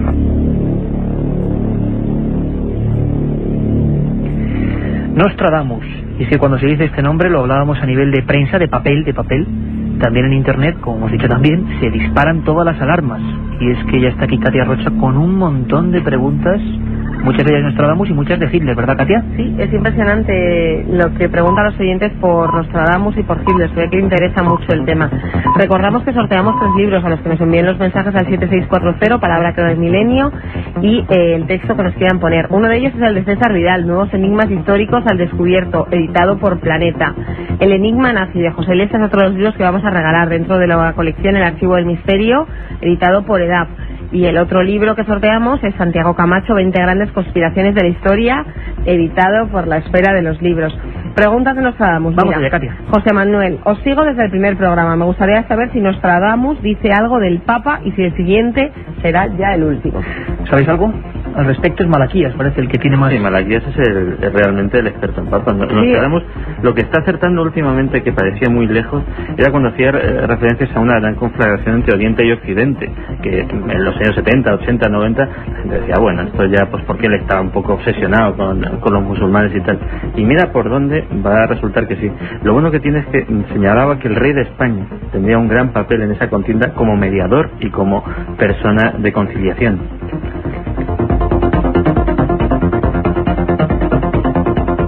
Y fíjate que hasta los mismos oyentes se contestan porque hay uno que nos dice, Nostradamus dijo que cuando hubiera un papa negro se acabaría el mundo. Pues también tendremos que recurrir otra vez a las profecías de Nostradamus a ver si es cierto lo que nos dice este amigo. Bueno, incluso más, dicen que la muerte del Papa la predijo para el 13 de diciembre, aunque no dice el año, un día antes del nacimiento del profeta hace 500 años. ¿Qué relacionáis? Es muy curioso porque hay gente, y eso lo vivimos los que conocemos un mínimo el tema, ¿no? Es que hay gente que reinterpreta, es decir, pero gente aquí en España también, sí, que hace libros, que reinterpreta y que da un sentido a las profecías que yo no creo que estén tan claras. Por ejemplo, poner una fecha concreta para la muerte del Papa. Hay muchas personas que sobre esas profecías dan un sentido apocalíptico que a mucha gente les asusta, la verdad. Por internet están circulando. Nostradamus despierta. Sí, vamos, para mí, Daniel, por ejemplo, nos decía que sí, da la fecha del fin del mundo también. Hay varias fechas para el fin del mundo que se han confundido también. Nos hablaba del año 99, una de ellas, ¿no? Sí, una de ellas sí, precisamente por un gran meteorito que iba a caer en la Tierra, pero como hemos visto... Pero claro, hay quien dice que es 1999, y quien dice que es 2027, y quien dice que es, claro, no acabamos sabiéndolo exactamente. Vamos un poco con Hitler. Prefiero que se alargue un poco más si quiero tener nietos. Eso es, yo creo que Nostradamus no... Bueno, también nos preguntan si podemos decir algún libro que hablen sobre Nostradamus, una vez más, y sobre la búsqueda de Hitler de elementos esotéricos. Gracias, tenéis un magnífico programa. Bueno, sobre Hitler está claro, el que sorteamos hoy, el enigma nazi de José Lesta, y sobre Nostradamus quizás las profecías de Nostradamus de la editorial EDAP, que también pues es una versión completa y bilingüe de esas profecías, tanto como las escribió Nostradamus como traducidas al español. Mira, incluso los juegos de ordenador. Hay un juego de PC basado en la relación de Hitler y el esoterismo. Se llama Castelbolfenstein. No sé si lo pronuncia muy bien, que no es alemán. Seguro. Solo es un juego, pero ¿os suena ese castillo?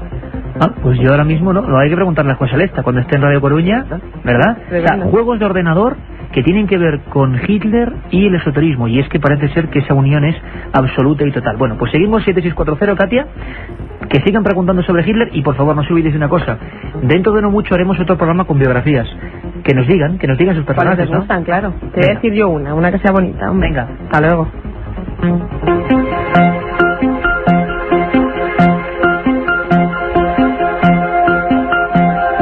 Dentro de nada, apenas minutos, vamos a estar con otro invitado, otro buen amigo, otro hombre que se ha pasado mucho tiempo investigando las conexiones de Hitler y el esoterismo. Cuánto se ha escrito, pero qué bien lo ha resumido José Lesta en el enigma nazi. Carmen, hablando de Nostradamus, parece ser que la utilización va a continuar de sus profecías. ¿A ti qué es lo que más te ha llamado la atención? Quizá hay una, Santiago y Carmen estaréis conmigo, que es la bandera que todo el mundo habla de Nostradamus, que predijo su propia muerte. ¿Qué hay de cierto y qué de mito en esto? Es más, incluso mira, ahora mismo nos lo está preguntando Manuel de León. ¿Es verdad que predijo su muerte? Nos lo están preguntando a través de ese 7640. Pues hay una de esas cuartetas en la que, si queréis, os la leo. Vamos allá. A su retorno de la embajada, el obsequio del rey puesto en su sitio. Nada más hará. Irá a reunirse con Dios. Parientes cercanos, amigos, hermanos de sangre le encontrarán, completamente muerto, cerca de la cama y del banco.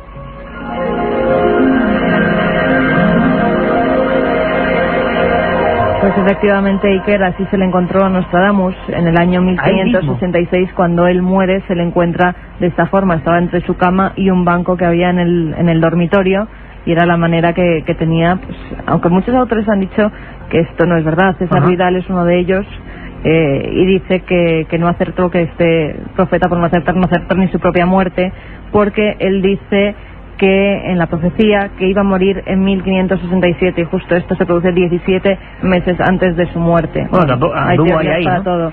Sí, lo que pasa que es curioso que diga cómo se le va a encontrar muerto, y realmente es como se le encuentra, en ese estado.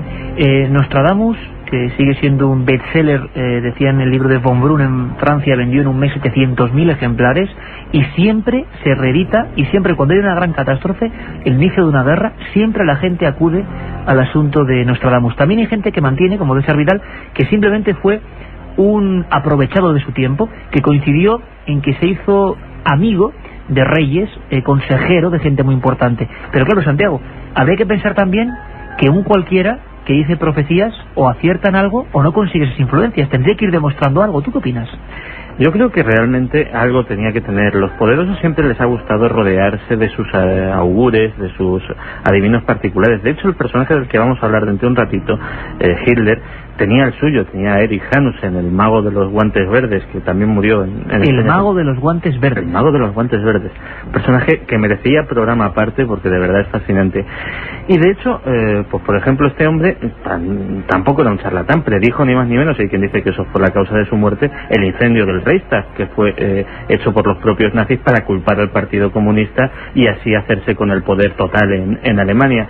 Yo creo que el que realmente dirige los destinos de una nación o tiene grandes responsabilidades, cuida mucho a quien pide consejo, y si realmente se rodea alguna vez de algún personaje de estos, es que algo tiene que tener detrás. Sí, el refrán de algo tiene el agua cuando la bendicen, ¿no? Nostradamus tendría algún misterio. ¿Tú qué opinas, además Carmen? Estaba muy metido en lo que era la corte francesa de aquella época, no solo por sus predicciones, porque también hacía pues ungüentos, era muy de hacer hierbas, recetas médicas, como los curanderos de hoy en día, la botánica oculta. Siempre, la botánica que se utilizaba con las plantas, con la naturaleza, y muchos personajes de la nobleza francesa recurrían a él precisamente para eso, además de que para que les adivinara pues cómo iba a ser su vida futura, para que les tratara de algunas enfermedades con ese tipo de medicina natural. Michel de Nostradamus, nos lo decía nuestro corresponsal en Francia, José María Patiño, se han cumplido 500 años de su nacimiento. Algo tendrá este personaje para que 500 años después siga en las librerías,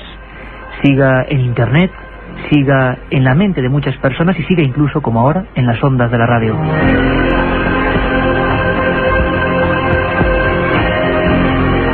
Y ahora, por supuesto, queremos que escuchéis una voz que últimamente hemos puesto varias veces y lo sentimos porque es bastante fuerte. Dicen que es la primera grabación, la primera, de la voz de Adolf Hitler dirigiéndose a una masa. Es una voz quebrada, es una voz que tiene una grabación muy antigua, muy vieja. Vamos a hablar en unos minutos, cuando conectemos con Radio Coruña, con nuestro buen amigo José Lesta, que ha hecho este trabajo excepcional, porque yo creo que es uno de los temas por los que más pregunta la gente, sin lugar a duda, y habría que preguntarse por qué esta fascinación con los nazis y el esoterismo. Se habla de la Arca de la Alianza, se habla de los platillos volantes construidos por ellos, se habla de la búsqueda de los reinos desconocidos de Agartha, se habla de mil y una cosas que tanto el Enigma Nazi como Santiago, en 20 grandes conspiraciones de la historia, han intentado tratar. Vamos a ver si con ellos, debatiendo con ellos, que nos cuenten la historia, podemos aprender, que es de lo que se trata, un poco más de esas partes oscuras de la historia, de esa historia perdida que diría Nacho Ares, y que a veces nos da la impresión que tiene las verdaderas claves. Esta es esa voz terrible, Adolf Hitler. Heute Nacht zum ersten Mal auf unserem eigenen Territorium, auch nicht bereits regulären Soldaten geschossen. Seit 5:45 Uhr wird jetzt zurückgeschossen.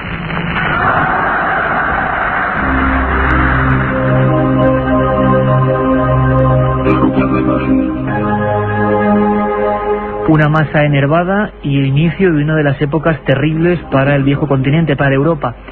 Sabemos todos lo que dice la historia oficial, los hechos concretos de la Segunda Guerra Mundial, del ascenso terrible y vertiginoso de Adolf Hitler al poder. Quizá haya cierta relación con ese personaje con el que iniciábamos esta noche especial, Vlad Tepes, Vlad Drácula, una política del terror, pero que engancha a todo el mundo con un sentido muy concreto de la justicia o de la ley casi divina. Lo cierto es que hay áreas que no se conocen para nada, que Adolf Hitler, con todas las barbaridades que realizó, parece que tenía intereses muy concretos en el mundo de la magia, del esoterismo, del más allá. ¿Es algo casi contraproducente o no? Vamos a descubrirlo esta noche. Creo que nos escucha ya en Radio Coruña, en la cadena SER, allí en Galicia, el autor del Enigma Nazi, el secreto esotérico del Tercer Reich, que tengo entre las manos, que se ha agotado en apenas un mes y que realmente, bueno, es un estudio pormenorizado. Solo va a dar tiempo a contar algunas cosas, claro, haremos más programas de este misterio. Don José Lesta, buenas noches, amigo. Hombre, don Iker, un fuerte abrazo desde Coruña y un saludo de verdad a todo el equipo, a Carmen, a Katia y a todos los que están detrás de Milenio 3. Claro que sí, tienes aquí además a un buen compañero, Santiago Camacho, que también como tú se ha metido, ¿no?, en las arenas movedizas. ¿Por qué atrae tanto, José, la figura de Adolf Hitler relacionada con el asunto del esoterismo? ¿Por qué nos pueden preguntar miles de personas en estas últimas semanas por ese tema? ¿Tú qué crees? Yo creo, primero, porque desgraciadamente creo que el mal atrae, ¿no? Y si hay alguien que encarna el mal, y lo encarnó en el siglo XX, y además cambió totalmente ese siglo, fue Hitler.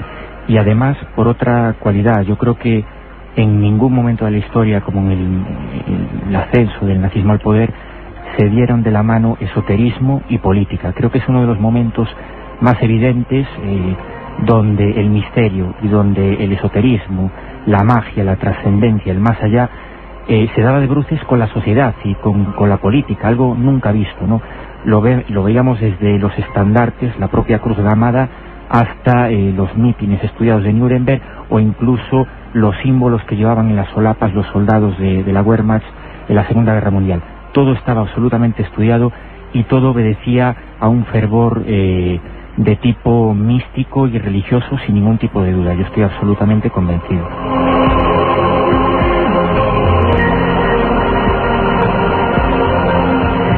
José, hablas incluso de los símbolos. En la portada de tu libro es un candado que muestra el secretismo que hay en toda esta historia, esa parte oculta de esta época, de este personaje. Está la Cruz Gamada. ¿Qué hay de esotérico? La gente, estoy seguro que no lo sabe. ¿Qué hay de simbología misteriosa o ocultista, por ejemplo, en ese símbolo tan famoso del mal, ¿no?, que te asocia al mal? Sí, efectivamente. Quizás mal asociado, porque todo el mundo piensa en el movimiento nazi cuando hablamos de la Cruz Gamada, de la esvástica, pero es uno de los símbolos más poderosos, más potentes dentro de la magia y del esoterismo universal, y también de los más antiguos. Los podemos encontrar tanto en Sudamérica como en Centroamérica y sobre todo en la India. Hay aún tribus y castas hindúes que aún saludan al sol levantando el brazo todas las mañanas y dibujan en sus estandartes y en sus templos la famosa esvástica. Incluso una de las sectas budistas que hay ahora mismo en la India usan la esvástica, pero precisamente como símbolo benéfico, es decir, como culto al sol, como un símbolo solar, ¿no?, desde la antigüedad. Algo absolutamente opuesto al uso que le dio Hitler, ¿no? Que era totalmente pues maléfico. De hecho se suele comentar, aunque no está demostrado, que ellos dibujaban la esvástica en un sentido contrario al que se dibuja habitualmente, ¿no?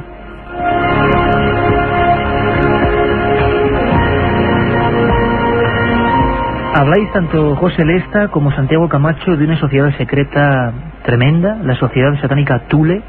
Santiago, ¿qué es esto? ¿Hubo un grupúsculo de iniciados que tienen mucho que ver con Hitler y con su ascenso al poder, o qué es? Cuéntanoslo. Bueno, Thule realmente es la plasmación de un proceso muy largo, de un proceso que dura desde principios del siglo XIX hasta bien llegados los años 30.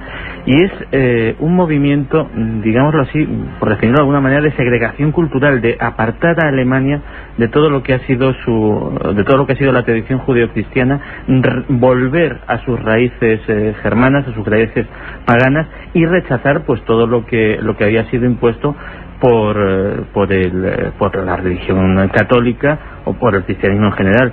Es un movimiento en el que el nacionalismo más extremo, el sentimiento de raza elegida, se mezcla precisamente pues con un retorno a las creencias mágicas precristianas, a las runas, a la magia céltica, y a su vez todo ello con un barniz del nuevo esoterismo del siglo XIX, de las teorías de Papus, de los grandes esoteristas Rosacruces.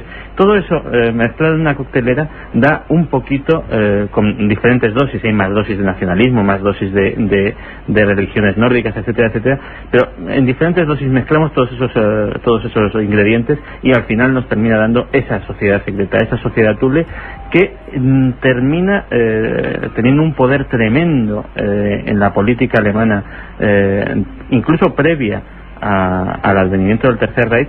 Apuesta muy fuerte por Hitler, apuesta muy fuerte por ese movimiento nacional socialista, y luego más tarde se cobra esa apuesta e influyen muy decisivamente pues en todo lo que estaba diciendo José, que es precisamente en todo ese aspecto ya completamente apolítico, incluso religioso, en ese aspecto directamente mágico que adquiere el Reich de Hitler. La gente continúa preguntando, Carmen, y demostrándonos que Hitler es un personaje absolutamente esencial en el mundo del misterio, parece ser, o en lo más ocultista o en lo que desconocemos, ¿no? Sí, sobre todo porque preguntan casi siempre en relación con el esoterismo nazi. Por ejemplo, Tony de Barcelona nos dice que hay de cierto en que Hitler se rodeaba de cabalistas. José, hay de cierto eso, parece ser, tú cuentas en tu libro, que desde muy joven Hitler, incluso desde que vivía en Linz, en Austria, si no me equivoco, tenía una obsesión con ese mundo que contaba Santiago Camacho, con las leyendas incluso precristianas, con una historia mitológica. ¿Esto puede hacer que luego se rodeara, entre comillas, de cabalistas, de simbologistas, de magos? Sí, se rodeó de gente como Erich Jan Hanussen, astrólogos, o por ejemplo cabalistas y mentalistas como Carl Maria Williwood. Pero es que en la propia cúpula del partido nazi, por ejemplo, Himmler, el jefe de las SS, era quizás aún más, tenía más obsesión por el tema del esoterismo, y no era el único. Alfred Rosenberg, uno de los filósofos del nazismo, que también formaba parte de la cúpula nazi, formó parte de esa sociedad secreta a la que aludía Santiago, al grupo Thule. El propio Hitler no solo estaba obsesionado desde joven, sino que fue hermano visitante, estuvo en los círculos externos de ese grupo, ¿no? Ya en el año 22, pero efectivamente era un personaje absolutamente obsesionado por el esoterismo. Se leía y consumía de una manera voraz todo lo que son la mitología y los cuentos del paganismo germano, y por supuesto para él Richard Wagner, el compositor alemán que escribía sobre el Parsifal, sobre el Grial o sobre los Nibelungos, pues era un ídolo para Hitler, ¿no? Con esa base ya te puedes imaginar lo que sucedió después. Él, cuando era un pintor de acuarelas absolutamente anónimo y prácticamente un indigente por las calles de Viena en 1911, pues entraba de vez en cuando en el Palacio del Hofburg, en el Palacio Imperial, y se quedaba prendado cuando veía, por ejemplo, la lanza de Longinos. Había una auténtica obsesión con esa lanza, ¿no? Absoluta, un objeto mágico quizás, quién sabe. Bueno, yo te puedo decir que, por ejemplo, una persona cercana a mí, un pariente mío, pudo observarla y fotografiarla directamente en el verano del 2001 allí, en el Palacio Imperial. Quizás ahora mismo tienen una copia, no tienen el original, pero Hitler, quizás en su época sí tenían el original. un objeto... Hay que decir, José, para que no diga... exacto, la lanza con la que atravesaron el costado de Jesús de Nazaret, ¿no? Una lanza que tiene una historia apasionante, con la que probablemente atravesaron el costado de Jesús y que después, a lo largo de los siglos, fue bailando de mano en mano. Personajes importantísimos como Carlomagno o Constantino la tuvieron y la empuñaron en momentos claves de la historia, para bien o para mal. Hitler se creyó poseedor de ella, creyó que tenía derecho a empuñarla y a ordenar el destino del mundo con ella, por supuesto para mal, y de hecho pudo hacerse con ella y se la robó a los vieneses y se la llevó a Nuremberg, donde la custodió hasta el final de la guerra. Es una historia absolutamente apasionante.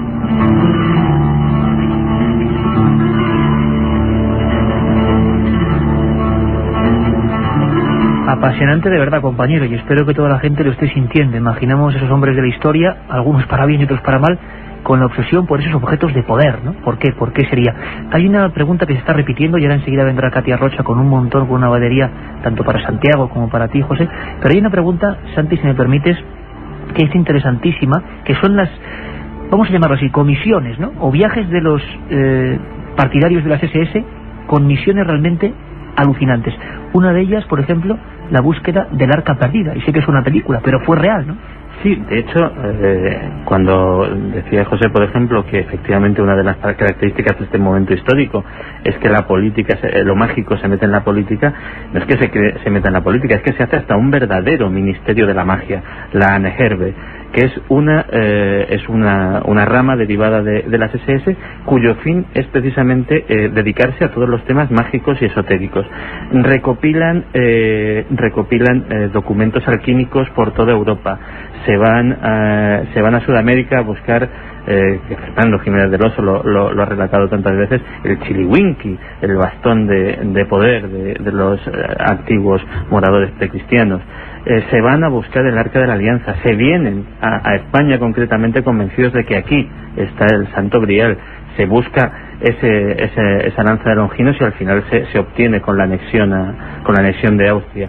E incluso se va al Tíbet a buscar Agartha, a buscar la fuente de la sabiduría de los antiguos, la ciudad perdida donde los grandes sabios lamas dirigen el mundo supuestamente. Y curiosamente se cuenta en El Retorno de los Brujos, entre muchos libros, como cuando los rusos entran en Berlín, en la sede de las SS, encuentran a media docena de soldados muy especiales, soldados de raza tibetana, soldados que no llevan insignias de ningún tipo salvo el uniforme de las SS y que se han suicidado con una daga ritual tibetana. ¿De dónde salieron? Nadie lo sabe.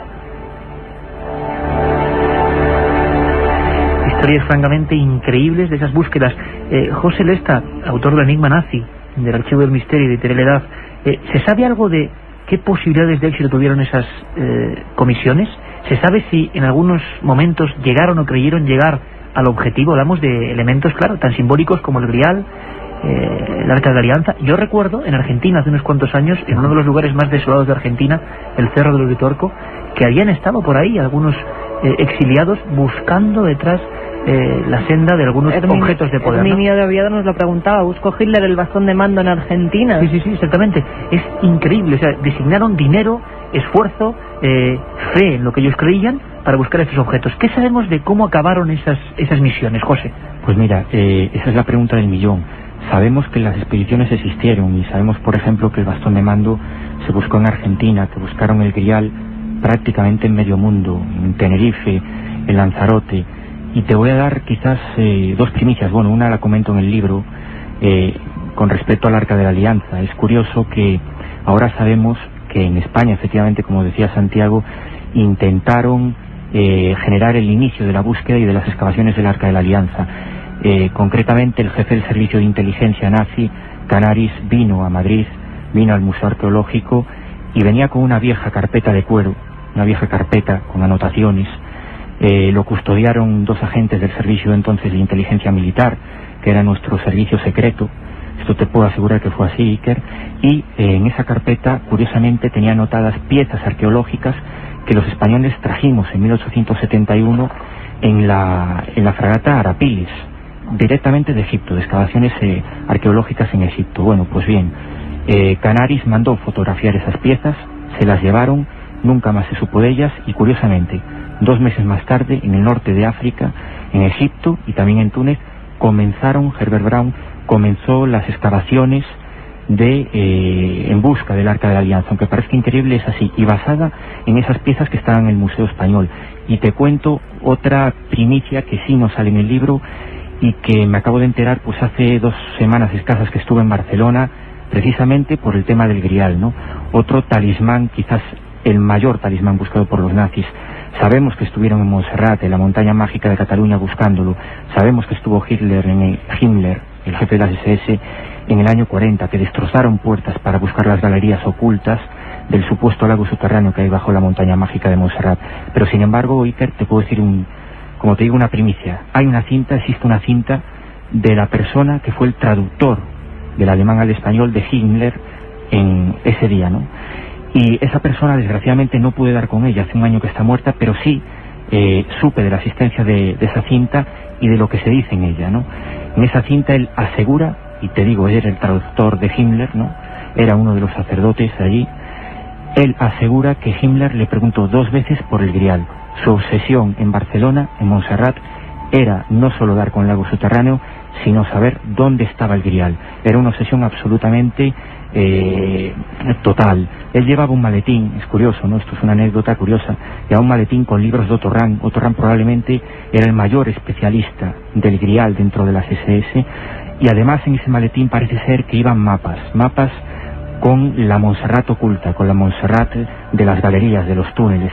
Pues bien, gracias a un espía del servicio secreto inglés, en el Hotel Ritz lograron sustraer ese maletín y por lo tanto no pudieron seguir en esa búsqueda los nazis. Pero como te digo, en España buscaron el arca y el Grial. Que sí, yo creo que la varita mágica de Hitler, su don era el verbo, era la palabra. Era curioso porque no se prodigaba tanto no había televisión, pero sí en imágenes de cine, lo que sería en su época el nodo alemán, sino que tenía más fuerza, tenía más potencia, y los nazis lo sabían, los del partido nazi, por la radio, curiosamente, ¿no? Era un orador nato, probablemente de los pocos que hubo en siglos, ¿no? Y era desgraciadamente su don y su poder. Se basaba todo en la palabra. Cuando salían estandartes y desfiles por Nuremberg y en Berlín, pues salía un retrato de Hitler, y en el fondo el retrato al principio era el verbo, ¿no? La famosa frase de la Biblia, porque era, como te digo, el poder. Y un poco, si me permite, Iker, hablando de esa ceguera histérica famosa de que hablaba Santiago, ¿no? Yo estoy totalmente convencido de que eso fue lo que ocurrió. Era un personaje probablemente esquizofrénico, y de hecho Rudolf Odell, el médico, el psiquiatra que lo trató, murió a los 6 meses de que los nazis entraran en el poder, probablemente asesinado porque era totalmente buscado y custodiado por la Abwehr, por el servicio secreto nazi y por la Gestapo, por la policía de Hitler, ¿no? Porque él tenía esos papeles que documentaban que probablemente era un enfermo mental, un esquizofrénico. Increíble. Katia, ¿no hay tiempo para más? ¿Damos los ganadores de esos 3 libros? Pues una pena, porque hay un montón de preguntas interesantes. Seguiremos con el tema, segurísimo. José Manuel, que nos preguntaba, nos decía que nos seguía desde el primer programa, premiando su fidelidad, y que nos preguntaba que si Nostradamus dice algo del Papa y si el siguiente iba a ser el último, es el ganador del libro de José Lesta, El Enigma Nazi. También Manuel de León, que nos decía que había leído el libro del Enigma Nazi de Santi Camacho. Preguntaba por Hitler, para él será el enigma histórico de César Vidal. Y para Mireia La Torre Sarcero, es el libro de 20 conspiraciones de la historia de Santi Camacho, que nos decía, que es una gran seguidora del programa, y nos pedía biografías de Leonardo da Vinci. Bueno, seguiremos y hablaremos, Katia, de los personajes que nos han pedido, que han sido muchos, haremos programas especiales. Carmen, y el domingo, mañana de 3 a 4, vamos a conocer a un juez zamorano que en su vida, por ejemplo, levantó acta de presencias de ovnis en Zamora, un juez zamorano. Estaremos con JJ Benítez y un montón de historias. Santi, José, ha sido un auténtico placer, amigos. Os dejamos ahora con Javier Manzano. Un abrazo, hasta el domingo. Milenio 3, periodismo de lo desconocido, en la SER.